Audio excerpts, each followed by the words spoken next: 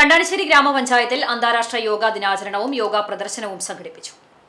അന്താരാഷ്ട്ര യോഗാ ദിനാചരണത്തോടനുബന്ധിച്ച് കണ്ടാണിശ്ശേരി ഗ്രാമപഞ്ചായത്തിന്റെ ആഭിമുഖ്യത്തിൽ യോഗാ ദിനാചരണവും യോഗാ പ്രദർശനവും സംഘടിപ്പിച്ചു.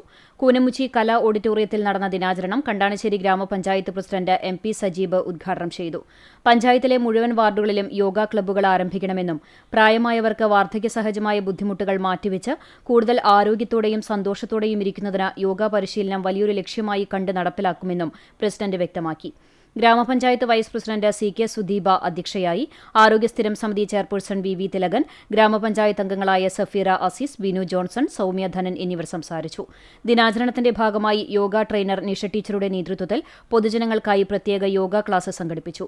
അന്താരാഷ്ട്ര യോഗാ ദിനത്തോടനുബന്ധിച്ച് യോഗ ട്രെയിനർ നിഷ ടീച്ചർക്ക് പഞ്ചായത്ത് പ്രസിഡന്റ് ഉപഹാരം നൽകി ആദരിച്ചു.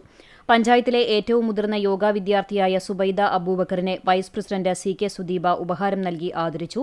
യോഗാ ദിനാചരണത്തിലും പ്രദർശനത്തിലും നിരവധി പേരാണ് പങ്കാളികളായത്.